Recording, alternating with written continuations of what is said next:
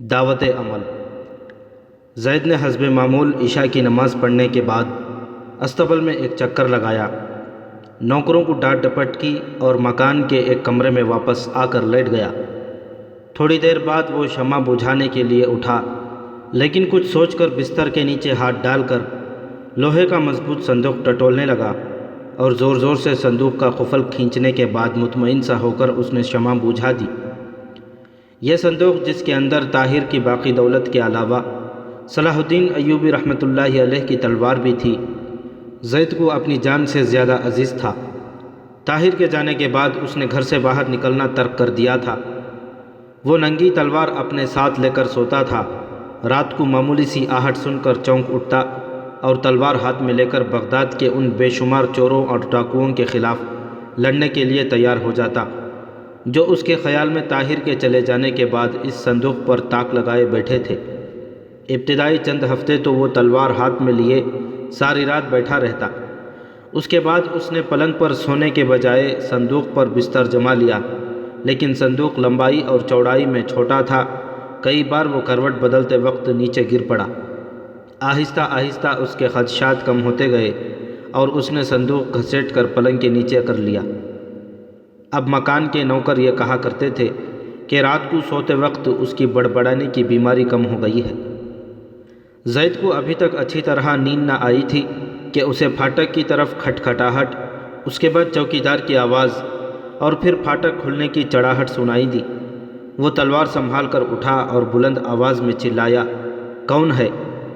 اپنے سوال کا جواب نہ پا کر وہ اندھیرے میں راستہ ٹٹولتا ہوا کمرے کے دروازے کے قریب پہنچا اور کیواڑ سے کان لگا کر سننے لگا۔ ایک گھوڑا پھاٹک کے اندر داخل ہو رہا تھا اور نوکر ایک دوسرے کو جگا رہے تھے۔ زید کہاں ہے؟ کسی نے مکان کے قریب آ کر پوچھا۔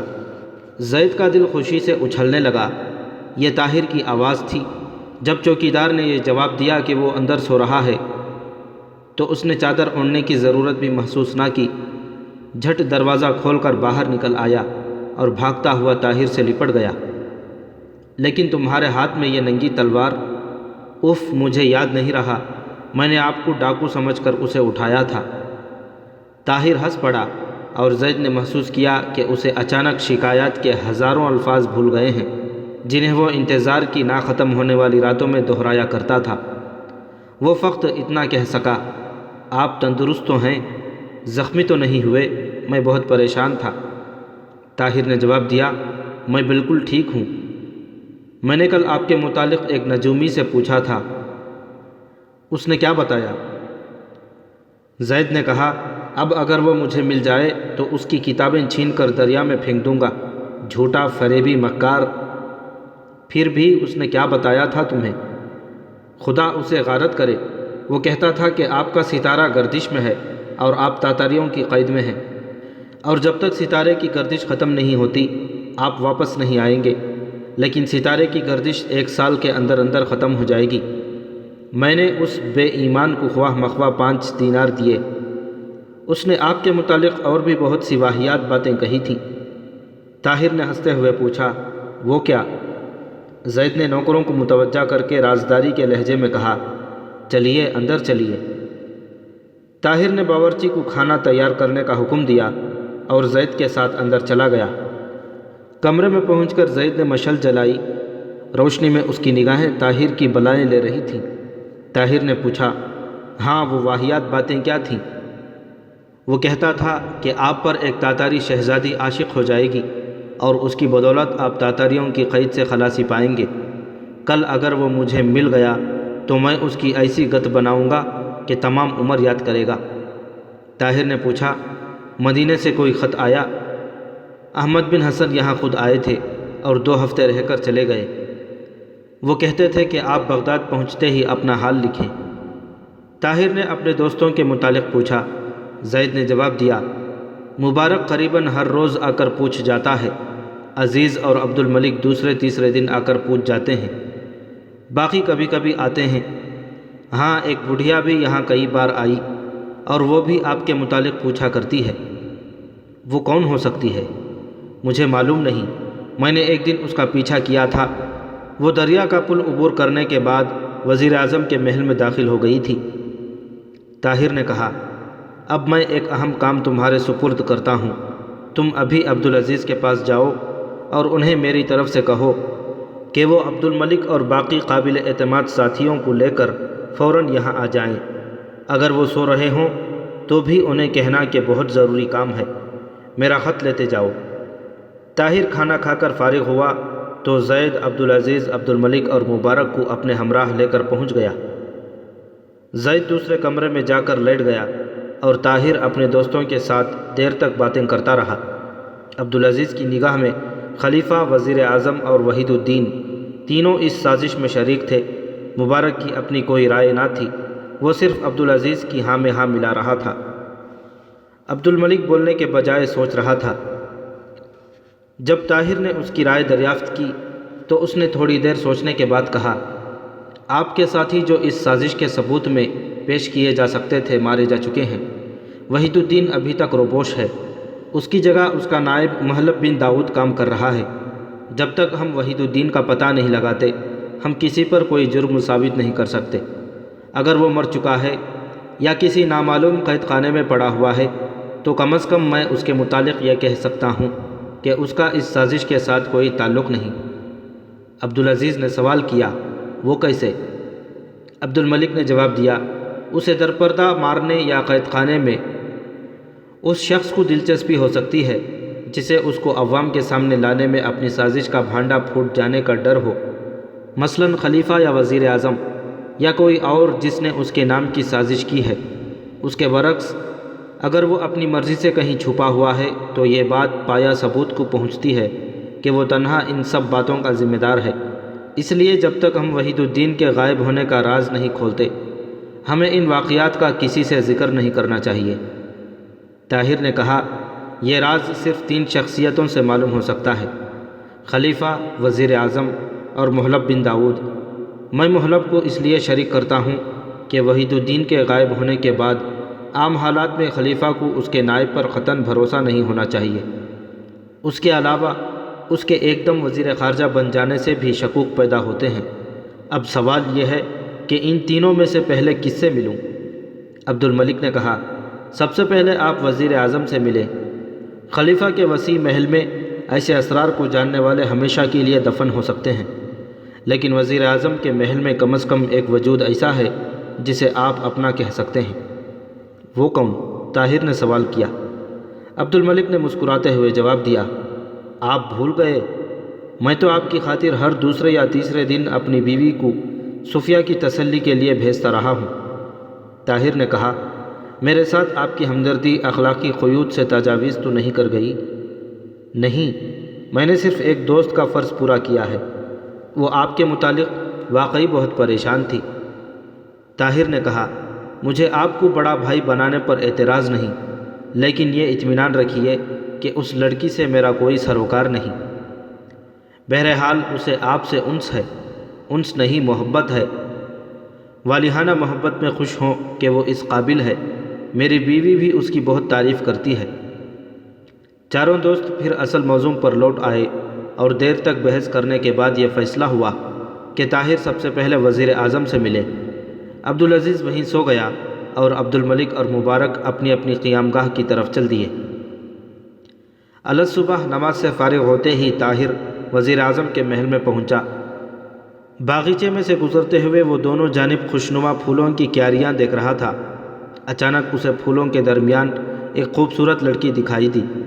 وہ آہستہ آہستہ چہل قدمی کر رہی تھی، اس کے ہاتھ میں چند پھول تھے۔ وہ اس پودے کے پاس پہنچ کر رکی، جھک کر ایک پھول توڑنے کے لیے ہاتھ بڑھایا، لیکن طاہر کے پاؤں کی آہٹ پا کر اس کی طرف متوجہ ہوئی۔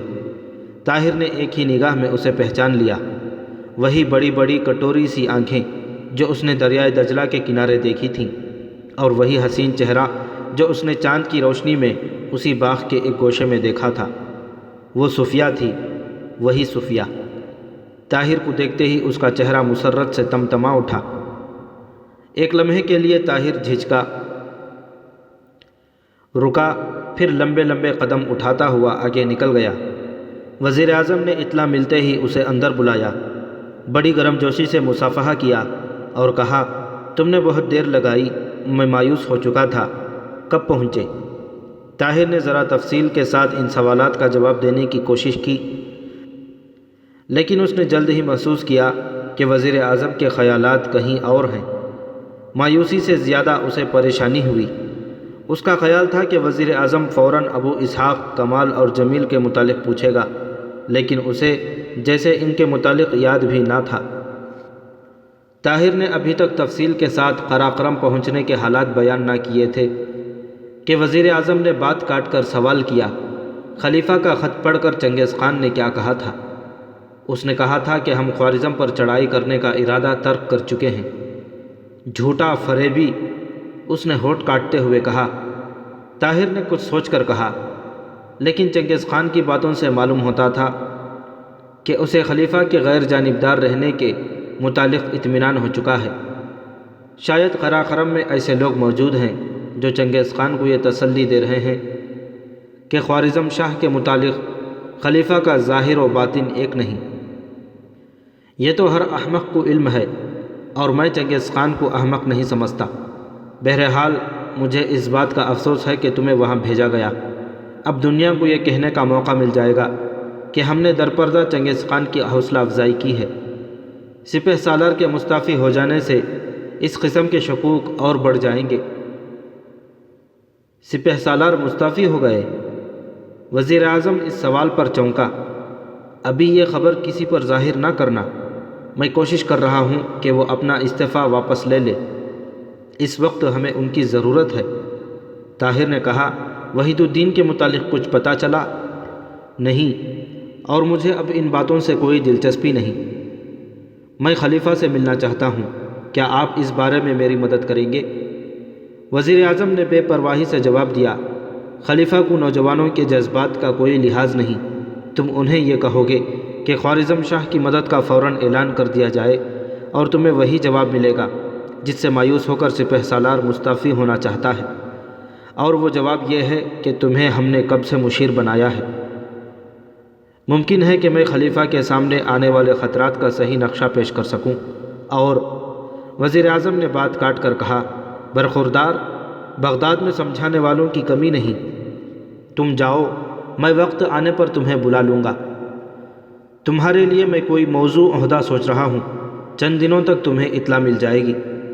طاہر نے کہا، میں اس نتیجے پر پہنچا ہوں کہ موجودہ صورتحال میں سلطنت میں کسی عہدے پر فائز ہو کر کوئی شخص قوم کی صحیح خدمت سر انجام نہیں دے سکتا۔ تاہم میں آپ کو یقین دلاتا ہوں کہ وقت آنے پر میں اپنے آپ کو قوم کا ایک جانثار سپاہی ثابت کر سکوں گا۔ صفیہ اپنے ہاتھ میں پھولوں کا ایک گلدستہ لیے باغ میں گزرنے والی نہر کے کنارے کھڑی تھی۔ وہ ایک پھول کو بہتے ہوئے شفاف پانی میں پھینک دیتی، اور جب وہ کچھ دور نکل جاتا تو وہ دوسرا پھول پھینک دیتی۔ جب گلدستہ ختم ہو جاتا تو وہ پاس کی کیاریوں سے نئے پھول توڑ کر گلدستہ بناتی، اور پھر اسی کھیل میں مشغول ہو جاتی۔ صفیہ کا تیسرا گلدستہ تقریباً ختم ہو چکا تھا۔ اسے طاہر دیوڑی سے نکل کر دروازے کی سیڑھیوں سے اترتا ہوا دکھائی دیا۔ اس نے جلدی سے سنگ مرمر کے پل پر سے گزر کر نہر عبور کی اور پاس کی کیاری سے پھول توڑنے لگی۔ طاہر قریب آ رہا تھا۔ صفیہ نے ادھر ادھر دیکھا، آس پاس کوئی نہ تھا، تاہم اس کا دل دھڑک رہا تھا۔ وہ جھجکتے ہوئے پھولوں کی کیاری سے باہر نکلی۔ نہر عبور کر کے دوبارہ سڑک پر پہنچنے کے لیے اس کا ٹکمکاتا ہوا پاؤں اچانک پھسلا اور وہ پانی میں آ رہی۔ طاہر نے جلدی سے آگے بڑھ کر سہارا دینے کے لیے ہاتھ بڑھایا۔ صفیہ نے ہچکچاتے ہوئے اس کا ہاتھ پکڑ لیا۔ اس کے چہرے پر حیا کی سرخی و سفید لہریں رقص کرنے لگیں۔ شکریہ، اس نے باہر نکل کر اپنی بدحواسی پر قابو پانے کی کوشش کرتے ہوئے کہا۔ مجھے افسوس ہے، آپ کو چوٹ تو نہیں آئی؟ طاہر نے بولا۔ نہیں۔ طاہر نے تذبذب کی حالت میں ایک قدم اٹھایا، لیکن صفیہ نے جلدی سے کہا، میں یہ پھول توڑ رہی تھی، لیجئے۔ اس نے پھول طاہر کی طرف بڑھا دیے، اور طاہر نے بدحواسی کی حالت میں پھول پکڑ لیے۔ وہ بولی، بغداد میں آپ کا بہت انتظار تھا، آپ نے بہت دیر لگائی۔ ہاں، کچھ ایسے ہی حالات پیدا ہو گئے تھے۔ طاہر کوئی اور بات کیے بغیر چل دیا۔ صفیہ کچھ دیر وہیں کھڑی رہی۔ کیاریوں کے پھول مسکرا رہے تھے اور نہر کا شفاف پانی قہقہے لگا رہا تھا۔ اس نے پھر چند پھول توڑے اور سنگ مرمر کی سل پر کھڑی ہو کر انہیں ایک ایک کر کے ندی میں پھینکنے لگی۔ صفیہ تم آج گھر نہیں آؤ گی؟ سکینہ دیوڑی کے قریب سنگ مرمر کی سیڑھیوں پر کھڑی اسے پکار رہی تھی۔ آئی سکینہ، اس نے جلدی سے قدم اٹھاتے ہوئے جواب دیا۔ محل سے باہر نکلنے کے بعد طاہر دریا کے پل پر تھوڑی دیر کھڑا رہا۔ اس نے پھولوں کی طرف غور سے دیکھا اور پھر جھک کر بہتے ہوئے پانی کی طرف دیکھنے لگا۔ کسی گہرے خیال میں پھولوں پر اس کے ہاتھ کی گرفت ڈھیلی ہو گئی۔ پھول گر کر دریا میں تیرتے ہوئے اس کی نظروں سے اوجھل ہو گئے۔ سوریا، میں تمہارا ہوں، صرف تمہارا، یہ کہتا ہوا وہاں سے چل دیا۔ ہر قدم پر اس کی رفتار تیز ہو رہی تھی۔ اس کے مکان پر عبدالعزیز، عبدالملک، مبارک اور افضل اس کا انتظار کر رہے تھے۔ انہوں نے اسے دیکھتے ہی سوالات کی بوچھاڑ کر دی۔ طاہر نے اطمینان سے بیٹھتے ہوئے کہا، میں حیران ہوں کہ اب تک یہ بات میرے ذہن میں کیوں نہیں آئی کہ اس وقت ہم اس سازش کے اصلی مجرم کو پکڑنے یا پکڑوانے میں کامیاب بھی ہو جائیں تو اس سے خوارزم کی مصیبت ٹل نہیں جاتی۔ ہو سکتا ہے وزیر اعظم مجرم ہو، یہ بھی ہو سکتا ہے خلیفہ کا بھی اس میں ہاتھ ہو، اور یہ بھی ممکن ہے کہ دونوں بری الذمہ ہوں۔ لیکن یہ وقت ایسا نہیں جسے ضائع کیا جائے۔ تاتاریوں کا سیلاب بہت تیزی سے آگے بڑھ رہا ہے۔ اس وقت سب سے بڑی ضرورت اس بات کی ہے کہ اہل بغداد کو آنے والے خطرات سے آگاہ کیا جائے، انہیں غفلت کی نیند سے بیدار کیا جائے۔ بغداد میں ہر فرقے نے دوسرے فرقے اور ہر گروہ نے دوسرے گروہ کے خلاف مورچہ بنا رکھا ہے۔ انہیں اب یہ بتانے کی ضرورت ہے کہ ایک محاذ ایسا بھی ہے جہاں کفر کی تمام طاقتیں جمع ہو کر مسلمانوں کی تمام قوت کو متحد ہونے کی دعوت دے رہی ہیں۔ ایسی صورت میں وہ لوگ جو چھپ چھپا کر تاتاریوں کی حمایت کر رہے ہیں کھلے بندوں ہمارے سامنے آ جائیں گے۔ میں چاہتا ہوں کہ اب بغداد کی ہر مسجد میں ایک ہی نعرہ بلند ہو، اور وہ یہ کہ تاتاریوں کے مقابلے میں ہم ایک ہیں۔ سب سے پہلے میں بغداد کی جامع مسجد میں یہ نعرہ لگاؤں گا۔ افضل نے کہا، خدا کرے آپ کو کامیابی ہو، لیکن گزشتہ 2-3 صدیوں میں بغداد کے مسلمان صرف آپس میں ایک دوسرے کا سر پھوڑنا سیکھ چکے ہیں۔ سنی شیعہ کا دشمن ہے تو شیعہ سنی کے خون کا پیاسا۔ حنفی، مالکی اور شافعی ایک دوسرے سے دست و گریبان ہیں۔ آپ کسی مسجد میں جائیں، کسی اجتماع کو مخاطب کریں، آپ سے پہلا سوال یہ پوچھا جائے گا کہ حضرت آپ کون سے فرقے سے تعلق رکھتے ہیں؟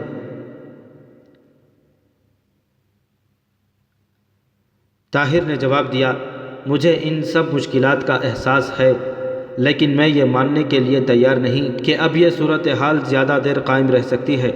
مشترکہ خطرے کا احساس ان اختلافات کو مٹا سکتا ہے۔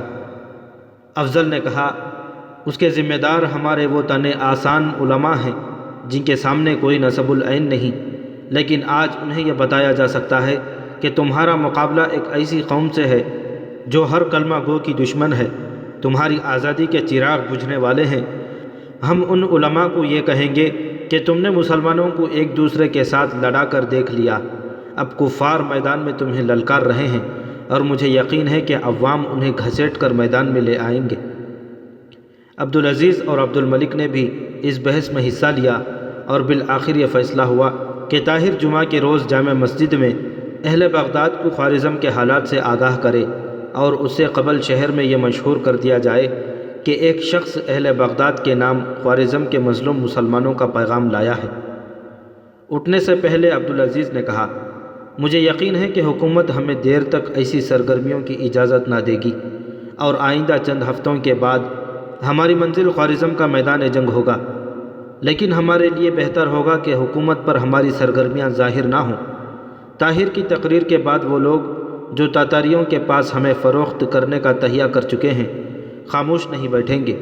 اس کے بعد ہمیں طاہر کو اس وقت تک چھپا کر رکھنا پڑے گا جب تک کہ عوام کا جوش ان کے لیے ایک ناقابل تسخیر قلعہ نہیں بن جاتا۔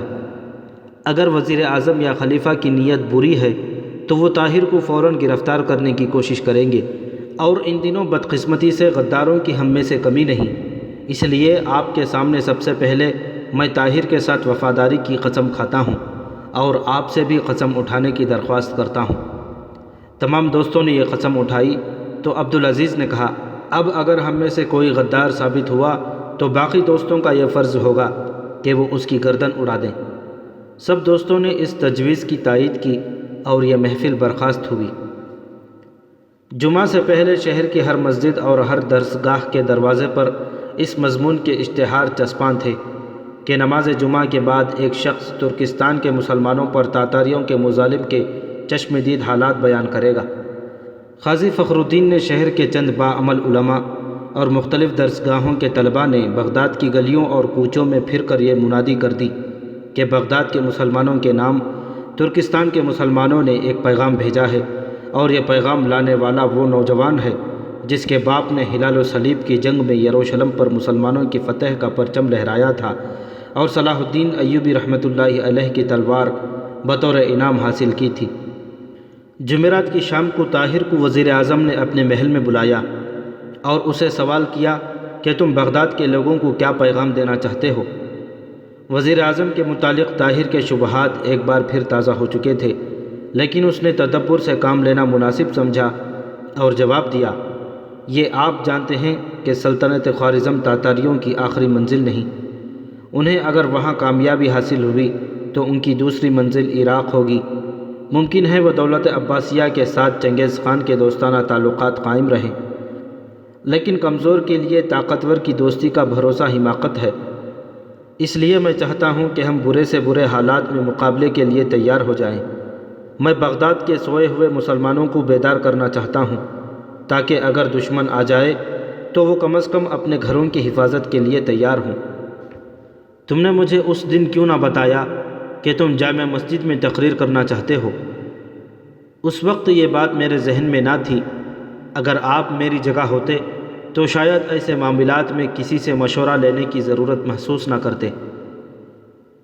وزیر اعظم نے کہا، مجھے ڈر ہے کہ تم خلیفہ کے متعلق کوئی گستاخی نہ کر بیٹھو۔ طاہر نے کہا، لیکن میں اس کے برعکس یہ سمجھتا ہوں کہ میں اس تقریر سے خلیفہ اور آپ کی بہت بڑی خدمت سر انجام دوں گا۔ طاہر نے وزیر اعظم کے اصرار پر وہیں کھانا کھایا۔ دسترخوان پر قاسم بھی موجود تھا۔ اس نے بے توجہی سے خوارزم کے متعلق چند سوالات پوچھے، اور جب طاہر وزیر اعظم سے رخصت ہوا تو قاسم برآمدے تک چھوڑنے کے لیے آیا۔ طاہر کے ساتھ مصافحہ کرتے ہوئے اس نے طنزاً سوال کیا، کیا آپ نے اس سے قبل کسی بڑے مجمع میں تقریر کی ہے؟ میں صرف ایک سپاہی ہوں، طاہر نے مسکراتے ہوئے جواب دیا۔ محل سے باہر عبدالعزیز اور عبدالملک نہایت بے چینی سے طاہر کا انتظار کر رہے تھے۔ عبدالعزیز نے اسے دیکھتے ہی کہا، آپ نے سخت غلطی کی، ہمیں ڈر تھا کہ وزیر اعظم آپ کو خطرناک سمجھ کر حراست میں نہ لے لیں۔ طاہر نے کہا، ڈر تو مجھے بھی تھا، لیکن مصلحت اسی میں تھی کہ میں انہیں کل تک اپنے متعلق غلط فہمی کا شکار نہ ہونے دوں، ورنہ وہ مسجد کے دروازوں پر پہرا لگا دیتے۔ جمعہ کی نماز کے بعد ایک نوجوان نے ممبر پر کھڑے ہو کر حاضرین سے طاہر بن یوسف کا تعارف کرایا۔ طاہر تقریر کے لیے اٹھا۔ اتنے بڑے ہجوم کے سامنے وہ پہلی بار کھڑا تھا۔ قرآن مجید کی چند آیات کی تلاوت کے بعد اس نے جھجکتے ہوئے تقریر شروع کی۔ بغداد کے لوگ آئے دن مناظروں اور جلسوں میں بڑے بڑے جادو بیان مقررین کی تقریریں سن چکے تھے۔ تھوڑی دیر وہ بے توجہی سے بیٹھے رہے اور آپس میں کانا پھوسی کرنے لگے۔ اس جلسے میں ایسے لوگ بھی تھے جو بغداد کی سب سے بڑی مسجد کے ممبر کسی اجنبی کا کھڑا ہونا اپنی توہین سمجھتے تھے۔ ایسے عوام بھی تھے جو یہ محسوس کرتے تھے کہ کاش آج بھی کوئی مناظرہ ہوتا۔ ایک مشہور عالم نے نہایت بھولے انداز میں اٹھ کر کہا، آپ براہ کرم بیٹھ جائیے اور اس شخص کو بولنے کا موقع دیجیے جو ترکستان سے آیا ہے۔ میرے دوست، یہ جگہ مذاق کے لیے نہیں، تاہم میں تمہاری زندہ دلی کی داد دیتا ہوں۔ کاش تم میدان جنگ میں بھی اسی قدر زندہ دلی کا ثبوت دے سکو۔ میں یہاں اپنی تقریر کی داد لینے کے لیے نہیں آیا۔ میں نہ مقرر ہوں نہ داستان گو۔ میرے پاس آپ کی تفریح کا کوئی سامان نہیں۔ میں صرف ایک ایلچی ہوں ترکستان کے ان فرزندان اسلام کا جن کی کھوپڑیوں سے تاتاری اپنی فتح کی یادگاریں تعمیر کر رہے ہیں۔ میں ان دختران اسلام کا ایلچی ہوں جن کی عصمت کے رکھوالے خاک اور خون میں تڑپ رہے ہیں، اور اب ان کی آخری امید تم ہو۔ میرے پاس قہقہے نہیں آنسو ہیں۔ اپنی جادو بیانی پر ناز کرنے والوں، قوم کو لوریاں دے کر سلانے کا زمانہ ختم ہو چکا ہے۔ میں تمہیں موت کی نیند سے جگانا چاہتا ہوں۔ میری باتیں کان کھول کر سنو۔ طاہر کی آواز اب بلند ہو رہی تھی۔ رک رک کر بولنے والی زبان میں اب پہاڑی ندی کی سی روانی آ چکی تھی۔ آہستہ آہستہ لوگ اس پہاڑی ندی میں ایک دریا کا تموج محسوس کرنے لگے۔ وہ دریا جس کے بند یکے بعد دیگرے ٹوٹ رہے ہوں لیکن ایک روح میں بہتے چلے جا رہے ہوں۔ وہ ماضی کے نقاب اٹھا کر اس بھولی ہوئی منزل کی طرف اشارہ کر رہا تھا جہاں سے صحرا نشینان عرب تسخیر عالم کا ارادہ باندھ کر نکلے تھے۔ وہ تاریخ کے ورق الٹ کر ان مجاہدین کی داستان سنا رہا تھا جنہوں نے مشرق و مغرب میں اسلام کا بول بالا کیا تھا۔ وہ مستقبل کے پردوں میں چھپے ہوئے طوفان کی طرف اشارہ کر رہا تھا اور لوگ دم بخود ہو کر سن رہے تھے۔ بعض کی آنکھیں پر نم تھیں۔ ایک نوجوان بڑی مشکل سے اپنی سسکیاں ضبط کر رہا تھا۔ طاہر کہہ رہا تھا، قوم کے دامن پر بدبختی کی سیاہی آنسوؤں سے نہیں خون سے دھوئی جاتی ہے۔ یاد رکھو، جس قسم کی زندگی تم بسر کر رہے ہو وہ فطرت کے ساتھ ایک مذاق ہے، اور فطرت اپنے ساتھ مذاق کرنے والوں کو کبھی معاف نہیں کیا کرتی۔ مسلمانوں کی نشانی یہ تھی کہ وہ کفار کے مقابلے کے لیے ایک سیسا پلائی دیوار بن جاتے تھے، لیکن آج جب کہ کفر تمہارے خلاف اپنی تمام طاقتیں منظم کر رہا ہے، تمہارے عالم تمہیں بغداد کے چوراہوں پر جمع کر کے ایک دوسرے کا سر پھوڑنے کا مشورہ دیتے ہیں۔ اس پر ایک شخص جو بغداد کے ایک گروہ کا نامور مناظر سمجھا جاتا تھا اٹھ کر کھڑا ہو گیا اور چلایا، میں بصد ادب و احترام یہ پوچھنے کی جرات کرتا ہوں کہ آپ کس فرقے سے تعلق رکھتے ہیں؟ طاہر نے اسے بیٹھنے کا اشارہ کرتے ہوئے کہا، میں ایک مسلمان ہوں۔ کس قسم کا مسلمان؟ اس نے پھر سوال کیا۔